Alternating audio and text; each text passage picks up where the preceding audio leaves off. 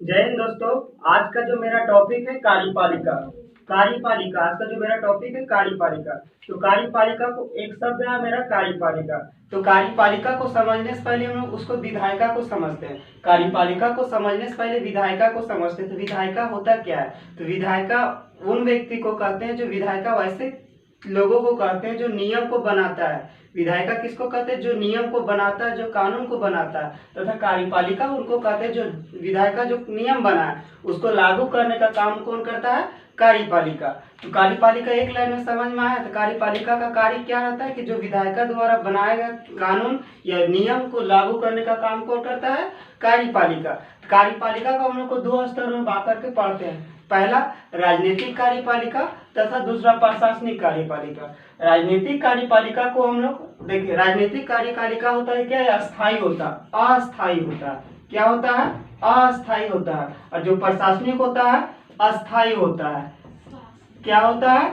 अस्थायी होता है और अस्थायी होता है। तो हम लोग राजनीतिक कार्यपालिका को भी हम लोग दो भागों में बांट करके तोड़ते हैं। राजनीतिक कार्यपालिका को भी हम लोग दो भागों में तोड़ते हैं। पहला केंद्र स्तर पर, दूसरा राज्य स्तर पर। पहला केंद्र स्तर, दूसरा राज्य स्तर पर। केंद्र स्तर पर हम लोग कार्यपालिका के अंतर्गत देखेंगे राष्ट्रपति को देखेंगे, प्रधानमंत्री को देखेंगे, मंत्री परिषद को देखेंगे, महान्यायवादी को देखेंगे। उसी प्रकार राज्य स्तर पर हम लोग राज्यपाल को देखेंगे, मुख्यमंत्री को देखेंगे, मंत्री परिषद को देखेंगे तथा महाधिवक्ता को देखेंगे। तो हम लोग अभी जो पढ़ रहे हैं राज्य की कार्यपालिका देखते हैं, राज्य के राज्यपाल देखते हैं, राज्य के राज्यपाल। तो आज मेरा जो आज का जो टॉपिक है वो मेरा राज्य का राज्यपाल है। तो झारखंड राज्य की राज्यपाल।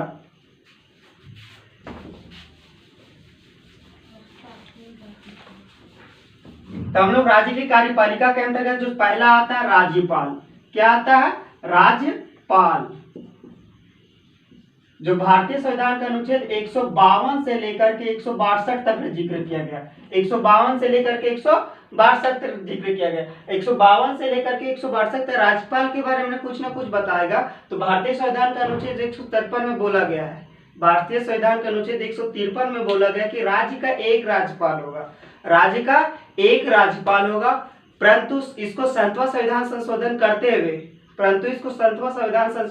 हुए बोल दिया गया है कि एक राज्यपाल एक राज्य से अन्य राज्य मतलब एक राज्य से अधिक राज्यों का राज्यपाल रह सकता है। इसको कब जोड़ा गया? 7वां संविधान संशोधन। एक लाइन में फिर से सुनिएगा। 7वां संविधान मतलब 153 में बोला गया है कि राज्य का एक राज्यपाल होगा, परंतु 7वां संविधान संशोधन करते हुए बोला गया कि एक राज्यपाल एक राज्य से दो अधिक मतलब एक राज्य से दो या दो अधिक राज्यों का राज्यपाल रह सकता है। अब हम लोग इसको समझने से पहले अगर हम लोग देखते हैं कि जिस प्रकार केंद्र स्तर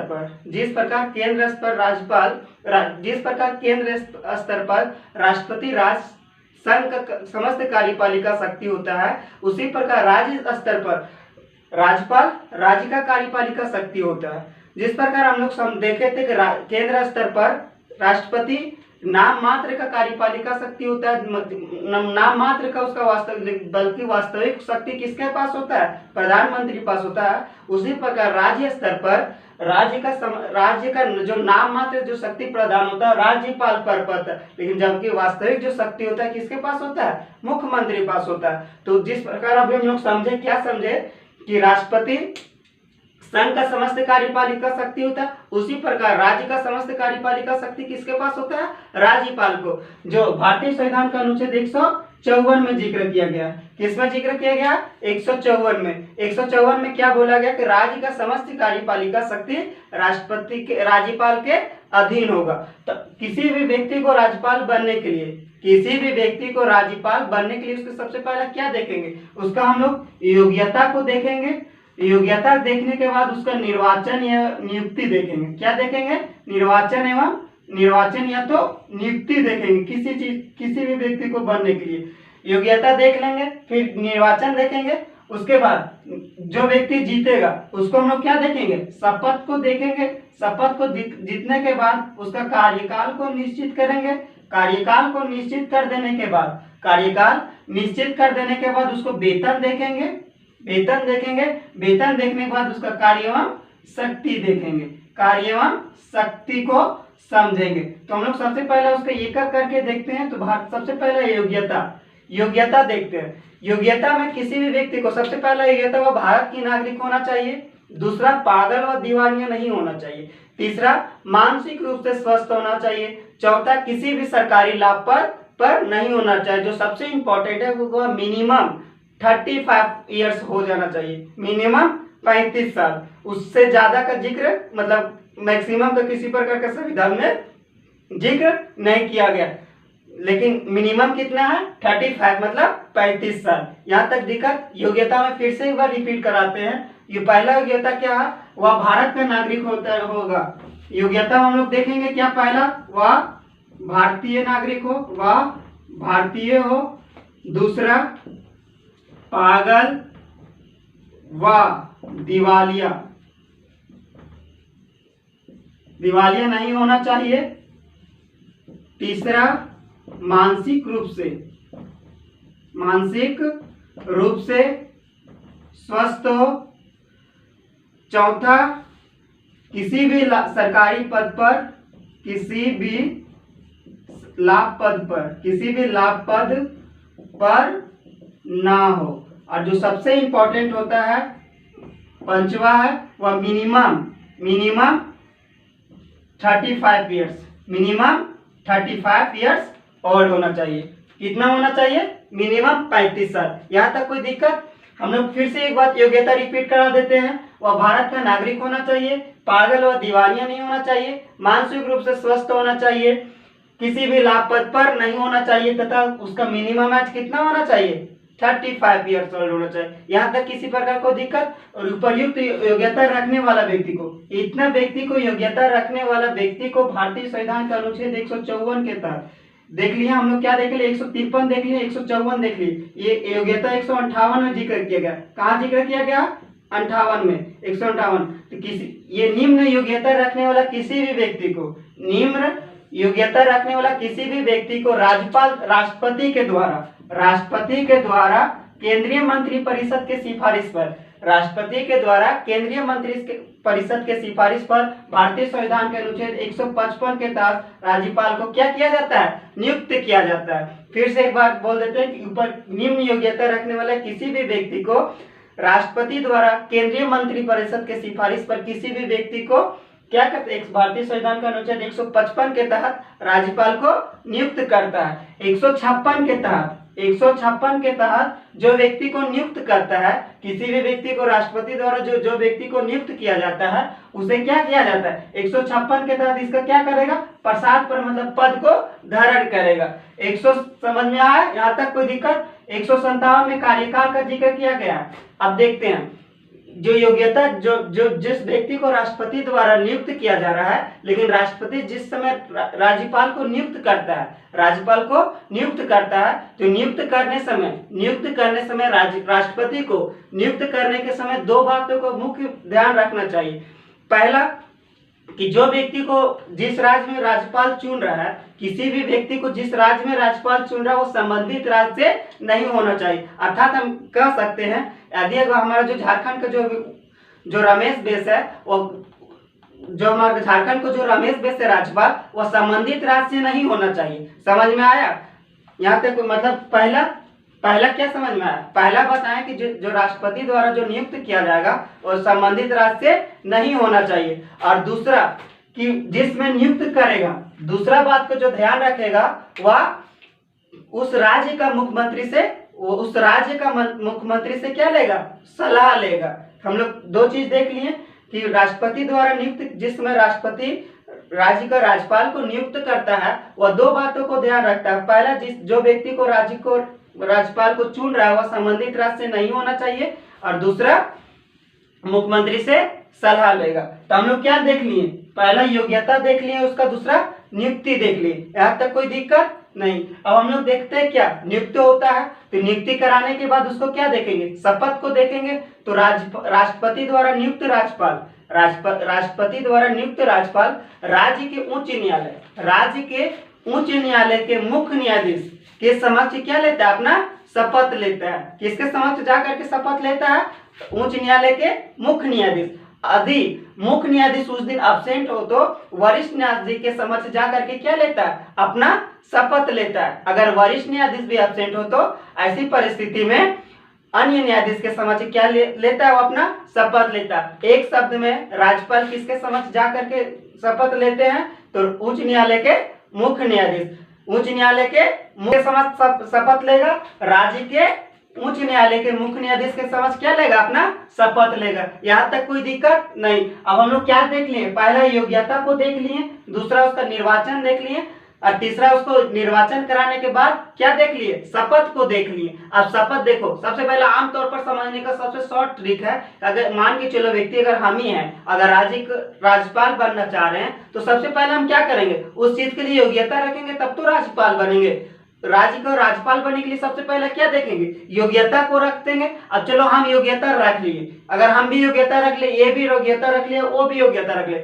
योग्यता रखने के बाद उसको क्या चीज देखेंगे, निर्वाचन को देखेंगे, चुनाव को देखेंगे, नियुक्ति कौन करेगा, नियुक्ति को देखेंगे। नियुक्ति कराने के बाद अगर मान के चलो हम जीत गए तो जीतने के बाद डायरेक्ट तो मतलब पद नहीं मिल जाएगा राज्यपाल को, तो राज्यपाल को पद मिलने से पहले उसको क्या दिलाएगा, शपथ को दिलवाएंगे। तो शपथ दिला लिए, शपथ भी अभी राज्यपाल को दिला ली, और शपथ दिलाने के बाद क्या करेंगे, अभी बताओ अगर कोई भी व्यक्ति एक साल मतलब राज्यपाल बना तो हमेशा जिंदगी भर के लिए राज्यपाल नहीं ना बनेगा, तो उसको हम लोग क्या देखेंगे, उसको हम लोग क्या देखेंगे, कार्यकाल को मतलब निश्चित करेंगे कि तू इतना साल कार्य करेगा। अब कार्य कर रहा है, अगर कार्यकाल पर रह रहा है तो उसको कार्य कर रहा है तो उसको हम लोग क्या देखेंगे, फिर उसको क्या समझेंगे, वेतन को देखेंगे। वेतन दे रहे हैं, अब जब उसको पैसा दे रहे हैं तो उसको क्या देखेंगे, पैसा देने के बाद तो जब कुछ काम करेगा तब तो पैसा देंगे, उसका काम एवं शक्ति देखेंगे। यहाँ तक तो कोई दिक्कत। तो हम लोग अभी क्या क्या देख लिए, योग्यता देख लिए, निर्वाचन देख लिए, फिर उसका शपथ देख लिए। तो उसका शपथ के बाद हम लोग उसको क्या देखते हैं, कार्यकाल को निश्चित करते हैं। तो कार्यकाल को निश्चित करने से हम देखते हैं, तो कार्यकाल, राज्यपाल का कार्यकाल, तो राज्यपाल को जो कार्यकाल होता है सामान्यतः मतलब मुख्यतः सामान्य तौर पर उसका जो कार्यकाल होता है 5 साल पर होता है। उसका कार्यकाल कितना होता है, 5 साल होता है, लेकिन परिस्थिति के साथ उसे घटाया बढ़ाया भी जा सकता है। परिस्थिति के साथ साथ उसे घटाया एवं बढ़ाया जाता है। एक लाइन में राज्यपाल का कार्यकाल सामान्यतः कितना होता है, 5 वर्ष का होता है। इसे घटाया बढ़ाया जा सकता है क्योंकि यह राष्ट्रपति का प्रसाद प्रयत्न होता है। राष्ट्रपति का प्रयास प्रयत्न होता है। यहाँ तक कोई दिक्कत नहीं। सामान्यतः उसका कार्यकाल कितना होता है, 5 साल। क्या अधिक कार्यकाल के दौरान जो राज्यपाल है अपना पद मुक्त हो सकता है। हाँ, अपना जो त्याग पत्र है राष्ट्रपति को देखकर अपना त्याग पत्र हो सकता है। यहाँ तक कोई दिक्कत नहीं। फिर हम लोग देखते हैं इसका कार्यकाल समझने के बाद, कार्यकाल को समझने के बाद जो मेरा नेक्स्ट टॉपिक है उसका हम लोग क्या देखेंगे, वेतन को देखेंगे। क्या देखेंगे, वेतन देखेंगे। तो जो राज्यपाल को जो वर्तमान समय का वेतन है वह 2,72,000 है। कितना है, 3.5 लाख, 3.5 लाख प्रति माह। राज्यपाल का वर्तमान समय का वेतन कितना है, 3 लाख प्रति माह। यहाँ तक कोई दिक्कत नहीं। अब हम लोग देख लिए क्या चीज देख लिए। अब इसका हम लोग सारा चीज बेसिक देख लिए। अब इसका हम लोग कार्य एवं शक्ति को देखते हैं, कार्य एवं शक्ति को समझते हैं। कार्य एवं शक्ति को समझने से पहले इसको हम लोग सबसे पहले बेसिक को देख लिए। बेसिक को समझ में आ गया, अगर बेसिक समझ में आ गया तो कार्य एवं शक्ति को समझने के लिए बहुत अच्छा कोई भाषा नहीं है। अगर आप लोग को जो पीछे लेक्चर में जो राष्ट्रपति समझे होंगे, तो राष्ट्रपति जिस प्रकार देखो केंद्र स्तर पर राष्ट्रपति होते हैं उसी प्रकार राज्य स्तर पर राज्यपाल होता है। बस दोनों को रिलेट कर देगा। अगर राष्ट्रपति का लेक्चर अगर आप लोग अच्छा तरीका से समझ गए तो राज्यपाल समझने में एक जरा सा भाष्य नहीं लगेगा। तो हम लोग पहला क्या देखे थे, पहला देखते हैं इसका कार्य एवं, अब देखते हैं इसको क्या देखते हैं, कार्य एवं शक्ति को समझते हैं। कार्य एवं शक्ति को समझते हैं। तो हम लोग क्या देखे थे, राष्ट्रपति हम लोग देखे थे, राष्ट्रपति संघ का कार्यपालिका शक्ति होता है, उसी प्रकार राज्यपाल राज्य का कार्यपालिका शक्ति होता है। फिर देखे थे राष्ट्रपति संसद का अभिन्न अंग होता है, संसद का अभिन्न अंग होता है, उसी प्रकार जो राज्यपाल है वह विधानसभा का अभिन्न अंग होता है। किसका अभिन्न अंग होता है, विधानसभा का होता है। इसलिए इसे कई कार्य शक्ति का, इसका शक्ति का प्रावधान किया गया है। जो हम लोग पहला देखेंगे उसका विधायी शक्ति। क्या देखेंगे, विधायी शक्ति को देख समझते हैं। क्या समझते हैं? विधायी शक्ति को समझते हैं। विधायी शक्ति, विधायी शक्ति देखो हम लोग क्या देखें कि राष्ट्रपति, हम लोग देखे थे कि राष्ट्रपति संसद का अभिन्न अंग होने के नाते उसे विधायी शक्ति प्रावधान था। इसी प्रकार राज्यपाल को विधानसभा के अभिन्न अंग होने के नाते इससे क्या विधायी शक्ति का प्रावधान है। हम लोग देखे थे कि केंद्र स्तर पर राष्ट्रपति संसद को बैठक बुलाता है तथा उसे कुछ समय के लिए स्थगित कर सकता है या लोकसभा को भंग कर सकता था। उसी प्रकार हम लोग यहाँ देखेंगे राज्यपाल विधानसभा को बैठक बुला सकता है, उसे स्थगित कर सकता है या तो विधानसभा को भंग कर सकता है। पहला हम लोग क्या देखे? पहला देख लिए कि वह विधानसभा को बैठक बुला सकता है या बैठक को टाल सकता है या तो उसे विधानसभा को भंग कर सकता है। यहाँ तक पहला देख लिए। दूसरा है वह प्रत्येक आम चुनाव होने के बाद राज्यपाल होगा वह राज्य का जो बैठक जो होगा उसको क्या करेंगे? संबोधित करेंगे। प्रत्येक आम चुनाव के बाद जो प्रथम बैठक को संबोधित कौन करते हैं? राज्यपाल करते हैं। दो समझ में आया? पहला जो बताएं, पहला बोले कि राज्यपाल विधानसभा का बैठक बुला सकता है या स्थानांतरण कर सकता है या उसे क्या कर सकता है? विधानसभा को भंग कर सकता है। दूसरा हम लोग क्या देखे? यही देखे कि वह प्रत्येक आम चुनाव के बाद प्रथम बैठक को संबोधित कौन करते हैं? राज्यपाल करते हैं। फिर तीसरा है कि प्रत्येक साल का जो प्रथम बैठक उसको कौन संबोधित करते हैं? राज्यपाल करते हैं। प्रत्येक साल का प्रथम बैठक को कौन संबोधित करते हैं? राज्यपाल करते हैं। यहाँ तक कोई दिक्कत नहीं। चौथा हम लोग समझते हैं। चौथा समझने से पहले थोड़ा सा ब्रेक लेंगे, पानी पीना है। हम लोग कहाँ तक देखे थे? 3 देखे थे। पहला क्या देखे थे कि राज्यपाल विधायी शक्ति को प्रयोग करने में हम लोग पहला देखे थे, वो विधानसभा को बैठक बुलाता है। दूसरा प्रथम बैठक को संबोधित करता तथा प्रथम चुनाव के बाद प्रथम बैठक को संबोधित करता है। चौथा हम लोग ये देखेंगे, चौथा जो होता है वह किसी भी कोई भी विधायक द्वारा अगर कोई भी विधायक पारित होता है तो विधायक को पारित करने से पूर्व उसे राज्यपाल द्वारा क्या करता है? उसे स्वीकृति लेना पड़ता है। क्या समझ में आया? राज्यपाल कोई भी विधायक को पारित करने से पूर्व उसे राज्यपाल को स्वीकृति लेना पड़ता है। यहाँ तक कोई दिक्कत नहीं। अब हम लोग देख लेते हैं इसका विधायी शक्ति समझ में आया? विधायी शक्ति हम लोग अच्छे तरीके से समझ लिए। क्या देख लिए कि पहला देखें कि पहला तो हम लोग देख ही लिए थे, विधायी शक्ति में समझ में आ गया ना पूरी। अब हम लोग देख लेते हैं इसका वित्तीय शक्ति। दूसरा क्या देखते हैं? वित्तीय शक्ति। दूसरा वित्तीय शक्ति। दूसरा वित्तीय शक्ति के अंतर्गत पहला जो राज्य का जो बजट प्रस्तुत किया जाता है, बजट प्रस्तुत करने से पूर्व राज्यपाल जिस प्रकार केंद्र स्तर पर मुख्यमंत्री एवं वित्त मंत्री राष्ट्रपति के जाकर के क्या लिखते हैं? सिग्नेचर करवाते हैं। उसी प्रकार राज्य स्तर पर प्रस्तुत करने से पूर्व राज्य बजट प्रस्तुत करने से पूर्व से क्या करना पड़ता है? राज्यपाल का स्वीकृति लेना पड़ता है। पहला समझ में आया? दूसरा राज्य सरकार से संचित निधि से धन निकालने हेतु उसे राज्यपाल की स्वीकृति लेना पड़ता है। तीसरा झारखंड लोक सेवा आयोग को जो वार्षिक रिपोर्ट होता है उसे क्या करता है? राज्यपाल द्वारा प्रस्तुत किया जाता है। यहाँ तक कोई दिक्कत नहीं। चौथा है कि किसी भी विशेष कार्य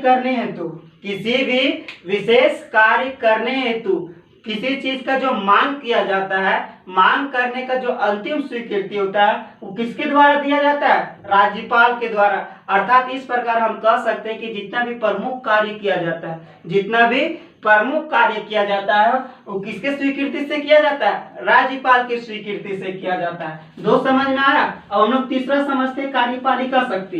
तीसरा समझते हैं कार्यपालिका शक्ति।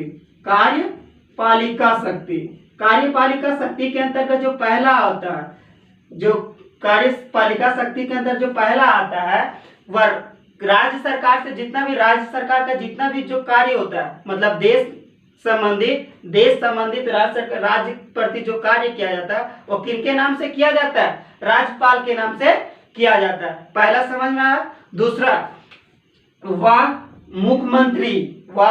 मुख्यमंत्री को नियुक्त, वह मुख्यमंत्री के सलाह से क्या करता है? अन्य मंत्री परिषद को क्या करता है? नियुक्त करता है। एक लाइन में पहला क्या वो बोले कि देश में राज्य संबंधित जितना भी जो नाम कार्य किया जाता है वो राज्यपाल के नाम से किया जाता है। दूसरा कि वह मुख्यमंत्री के सिफारिश पर अन्य मंत्री परिषदों को क्या किया जाता है? नियुक्त किया जाता है। तीसरा झारखंड लोक सेवा आयोग के सदस्य एवं अध्यक्ष किनके द्वारा नियुक्त किया जाता है? राज्यपाल के द्वारा नियुक्त किया जाता है। एक लाइन में झारखंड लोक सेवा आयोग के जो सदस्य एवं अध्यक्ष होते हैं किनके द्वारा नियुक्त किया जाता है? राज्यपाल द्वारा नियुक्त किया जाता है। यहाँ तक समझ में आया। चौथा कि वह उच्च न्यायालय के न्यायाधीशों को नियुक्ति करने समय राष्ट्रपति के द्वारा जब नियुक्त किया जाता है उनके नियुक्ति करने से समय क्या लेते हैं? सलाह देते हैं। यहाँ तक कोई दिक्कत? फिर पांचवा है कि वह राज्य के महाधिवक्ता को नियुक्त करता है। वह राज्य का महाधिवक्ता को नियुक्त करता है। नियुक्त करने के साथ साथ जो महाधिवक्ता का जो कार्यकाल होता है वह कौन नियुक्त किनके द्वारा किया जाता है? राज्यपाल के द्वारा किया जाता है। यहाँ तक कोई दिक्कत? कार्यपालिका शक्ति समझ में आया। कार्यपालिका को शक्ति का हम लोग क्या क्या देखें कि वह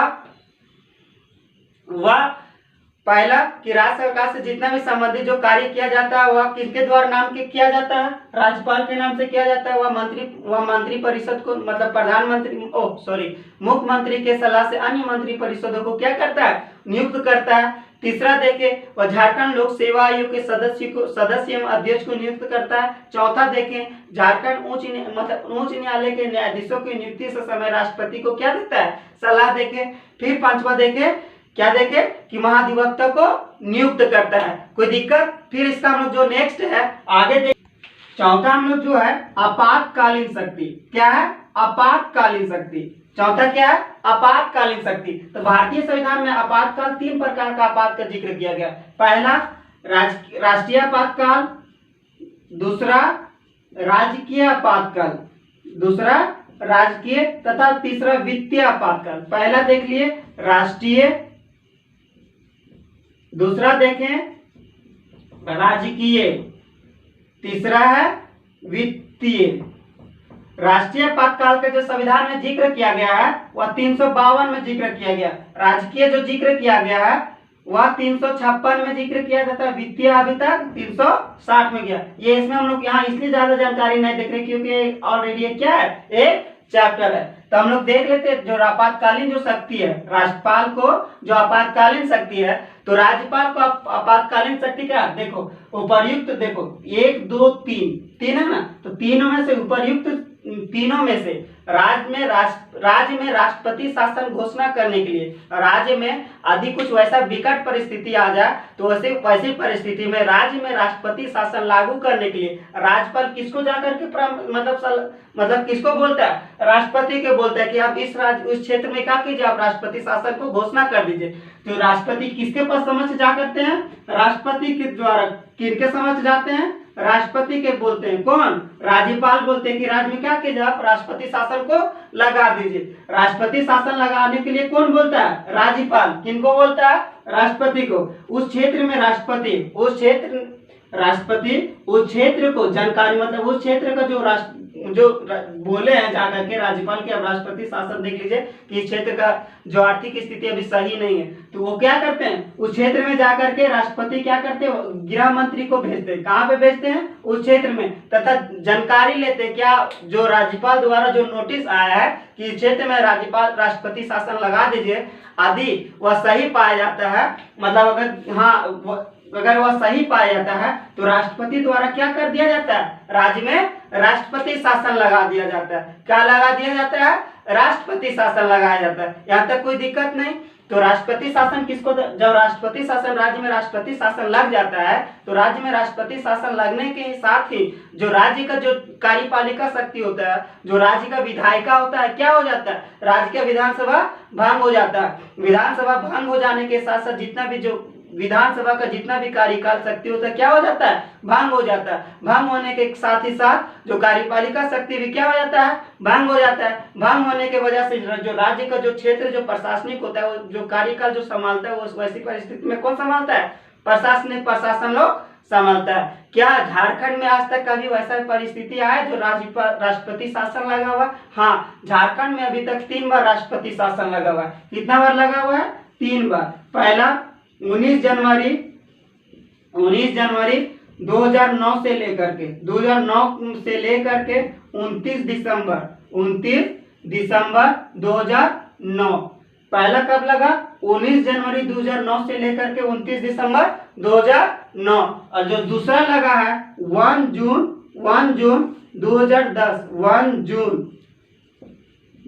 1 जून 2010 से लेकर के 1 जून 2010 से लेकर के 10 सितंबर 2000 तक, 2010 तक, 10 सितंबर 2010 तक।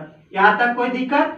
पहला कब लगा, 19 जनवरी 2009 से लेकर के 29 दिसंबर 2009।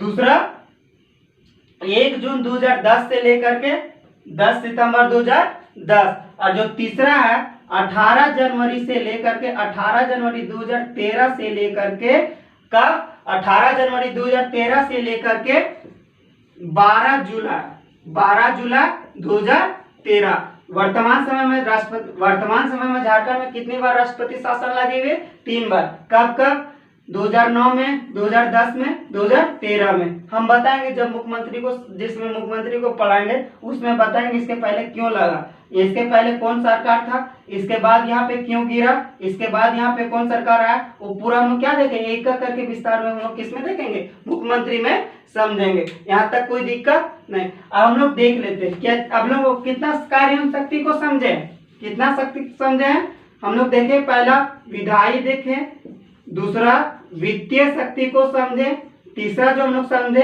कार्यपालिका को समझे, और चौथा जो समझे वह आपातकालीन शक्ति को समझे, और जो हम लोग को पांचवा है न्यायिक, अभी जो है न्यायिक शक्ति। जो न्यायिक शक्ति के अंतर्गत जो है कि जो उच्च न्यायालय द्वारा जो दंड दिया जाएगा, उसे समाप्त करने का अंतिम किसके पास है पावर, राज्यपाल के पास पावर है। यहाँ तक कोई दिक्कत नहीं। फिर हम लोग न्यायिक शक्ति के बाद देखने के बाद हम लोग देखें सैन्य शक्ति किस नहीं आता है। फिर इसमें देखेंगे अध्यादेश जारी करने का भी क्या है, राज्यपाल को पावर है। राज्यपाल अध्यादेश कब जारी करता है, जब अगर वैसी परिस्थिति में अगर देश का कुछ राज्य का मतलब देश में कुछ वैसी घटना आ जाए, तो वैसी परिस्थिति में अगर हमको कोई वैसा कानून नहीं बना जो क्या घटना घटा है, उस घटना को सॉल्व करने के लिए अगर कोई कानून नहीं बना है तो उसे राष्ट्रपति द्वारा तत्कालीन क्या कोई कानून जारी कर देगा। जो राज्यपाल जारी करेगा वह मिनिमम 6 हफ्ता के अंतर्गत, कितना 6 हफ्ता के अंतर्गत उसे क्या करेगा, उसे यहाँ पे विधानसभा से पारित कराना होता है। कहां से सब पारित कराना होता है, विधानसभा से पारित करवाना होता है। अधिविधान सभा पारित कर देता है, तो उसे क्या ये एक नया कानून बन जाता है। हम लोग देख लें, क्या देख लिए, विधायी शक्ति को देखें, वित्तीय शक्ति को देखें, कार्यपालिका शक्ति को देखें, तथा न्यायिक शक्ति को देखते, आपातकालीन शक्ति देखे तथा अध्यादेश शक्ति देखे। यहाँ तक किसी प्रकार का दिक्कत नहीं। अब हम लोग इसका कुछ कुछ विशेष है, नोट में होता है, नोट करके जो बात है, जो राज्यपाल होता है, राज्यपाल होता है जो विश्वविद्यालय का कुलाधिपति होता है। राज्यपाल क्या होता है? विश्वविद्यालय का कुलाधिपति होता है। यहाँ तक कोई दिक्कत? और इसका हम लोग कुछ नोट है, मतलब मुख्य बातें में कि राज्यपाल अधिक कार्यकाल के दौरान है, अधिक राज्यपाल को कार्यकाल के दौरान उसे दंडित नहीं किया जा सकता, उसे गिरफ्तार किया नहीं जा सकता। यहाँ तक कोई दिक्कत? हमको अच्छे तरीके हम क्या बोला जाए, हमको अच्छा तरीका से जानकारी कि आप लोग को राज्यपाल अच्छे तरीके से समझ में आ गया होगा। अगर नहीं समझ में आया होगा तो बेहिचक क्वेश्चन कमेंट में करके पूछिए। जय हिंद।